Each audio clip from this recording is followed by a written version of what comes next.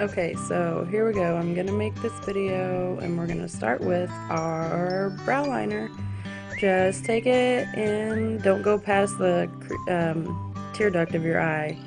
Follow the shape of your hairs, like by the tear duct it goes up here kind of they go out, so you just follow them, fill them in.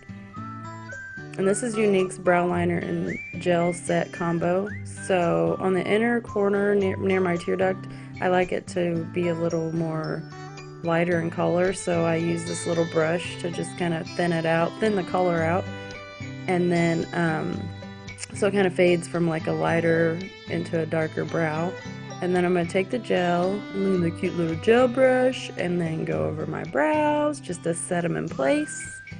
Voila, there you go. If you see the other side, my brows are pretty spacey. So next we're going to do eyes, and I'm using the third shadow palette. I'm going to use, it's called Cheeky. It's kind of like a dark purplish in the crease, not on my lid.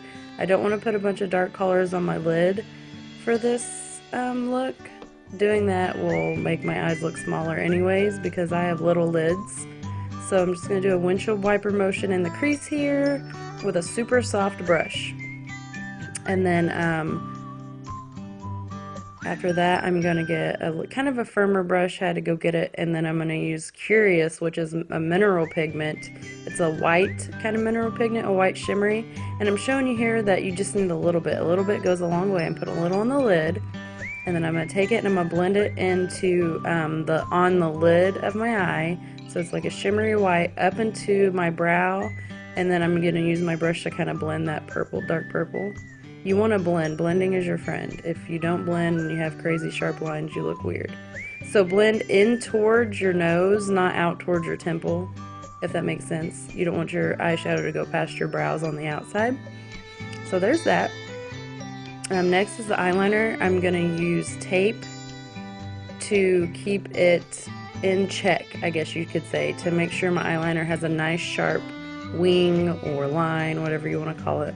Follow your outer line out how I'm pointing, not straight up, not straight out, kind of at an angle. Put the tape there, and then do the other side. Make sure they're even. You'll see here I'm like, oh, this one's pointing down a little bit more, so I even it up and use my glasses as a headband. And then I have my tape on both sides. So next you just need a little bit of, or you need an angle brush, I'm sorry. You need an angle brush, and you need a darker shadow. I'm using a dark shadow called Confident. It's a mineral pigment. Anyways, so I just have a little bit of water, tap my brush in there, tap off any excess water. You don't really need a lot of water. You don't want it running down your face. You want it to look like that, like an eyeliner. So this is what I'm going to do. I'm going to go up to my eye, and I don't want the liner to go past the length of my bristles, if that makes sense. So I'm using that as kind of a measuring tool, and then just whoop. And I only go to like the middle of my eye to make it look like it tapers off into my lashes. I don't want a lot of dark, thick eyeliner across my eye. It makes my eyes look funny, and it makes my eyes look small. So I'm going to do that, and then on the other side I'll do the same thing. And the tape helps make sure you have a straight line, and it's really not hard. You just gotta play around with it. If you mess up, it's fine. It's eyeshadow, just take it off and redo it. So there we go. Taking off the tape, nice little line, and then any excess eyeshadow that fell, because it is a mineral pigment, just wipe it off, no big deal. And then on the bottom of my lash line, I don't go all the way across. I just put a little bitty bit right there and a little bitty bit right there. So kind of where my lashes are the most thick on the bottom. And then, so if you think about it, like dark makes things look smaller, like in the hollows of your cheeks, and then by your nose when you contour, that's what it's supposed to do, is make it look smaller. And that's the same thing with your eyes. If you put a bunch of dark eyeliner on around your eyes, it makes your eyes look like a small raccoon. So next we're gonna do lips, and a way to make your lips kind of look fuller if you have small lips. So I'm going around with concealer, going around my entire lip, and then I'm gonna smudge it or buff it in with my finger. It kind of just makes it match the outside around your lip, so that way you can kind of make your own lip line. I don't do it too much because I already have like nice sized lips, but if you have smaller lips, this can be a great tip for you to make your own little lip line and to make your lips look bigger. So I'm going around with Pompous lip liner from Younique. Going around the bottom, going around the sides, rub it in, da-da-da, there we go. And I'm gonna do kind of an ombre look with my lips, like I showed you guys a picture of yesterday in our party. So I'm gonna go around, but not on the inside of my lips. I'm gonna leave those open, and you'll see why. So I'm gonna go around with my Pompous. And then I have my white pristine eyeliner, but it can be used as a lot of things. First, I'm gonna put it on my lower lash line, just so I don't have to wipe pink lipstick off of it before I do my lashes. This makes your eye, helps make your eyes pop. How we were talking, white, white light colors make things look bigger, dark make things appear smaller. Now I'm gonna put it on the inside of my lips, just like so, on the bottom and the top. And it looks kind of funny at first, but I'm not gonna leave it like that, don't you worry. So I'm gonna take my clear lucrative lip gloss, and I'm just gonna go around the edges on the Pompous first to make sure I don't have any sharp lip liner lines. The point is to make it blend as much as possible, and the darker ones, are harder to blend. So I'm going around,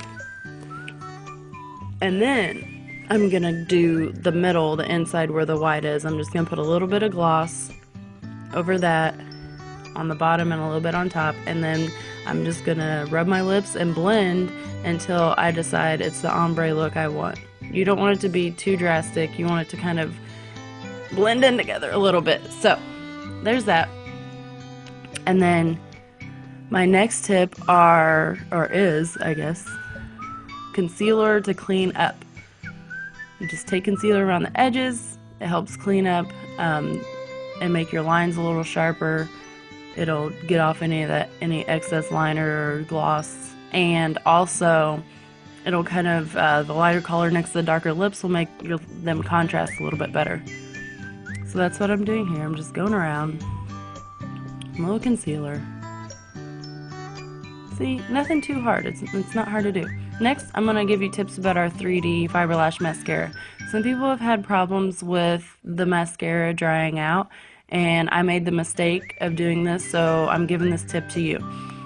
Trust me, I am going to show you the way. So first, I want you to apply your gel or mascara, the transplanting gel, to your eyelashes, like so, all over. And I have little stubby eyelashes, so you're not gonna see, I'm not gonna have like these crazy lashes that go up to my eyebrows.